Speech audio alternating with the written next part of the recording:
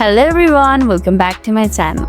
In today's video, we are going to learn how to scan eBay QR code. Now let's get started. First of all, open your eBay app. Make sure that you have already logged into your account. Now find the product with the QR code that you want to scan. Once you find the product, use the camera icon in search bar. It's over here, tap on it.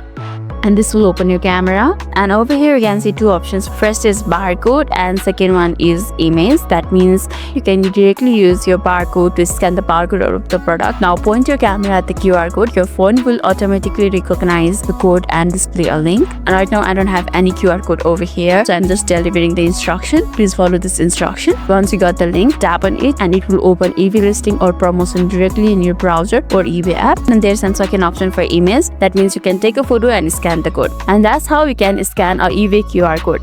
If this video made your day a little bit easier, don't forget to like and subscribe for more amazing tips. Thanks for watching, and I'll see you in the next video.